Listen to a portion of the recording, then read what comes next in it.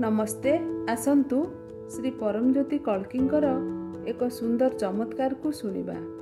मु हरियाणार अंबालारू सोनिया त्रेहान।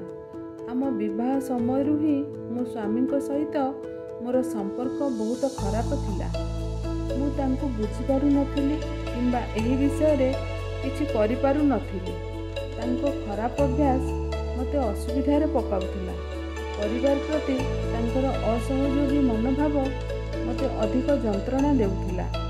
मु सबुबेले भल पाई किछि परिवर्तन आशा करुथिली। जेतेबेले मु अन्य दंपति माननकु देखुथिली मते बहुत खराब लागुथिला।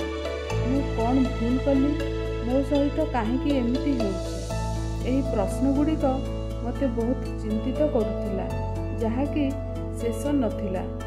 वर्तमान सही जंत्रणा लोप पाइछि। मु बहुत खुशी रे अछि। विभिन्न प्रक्रिया रे नियमित भावे जोग देबा परे मोर धारणा रे परिवर्तन आसीछि। पूर्वरु मो मनरे तांको प्रति बहुत खराब भावना थिला, किंतु वर्तमान मु तांको मंगल कामना करी प्रार्थना करुछि।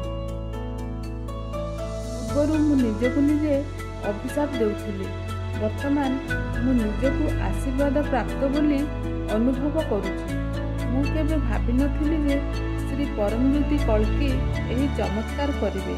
मो स्वामी सह मोर संपर्क 180 डिग्री मोड़ नेछि। आउ चिंता नाही, कौनसी कथारे किछि विरक्ति भाव नाही, केवल आनंद आनंद आनंद एवं चारिआडे केवल आनंद ही आनंद। मोर अस्तित्व श्री परमज्योति कल्की उपस्थिति एवं प्रेम रे भरी जाइछि। तांकु मोर कोटि कोटि धन्यवाद।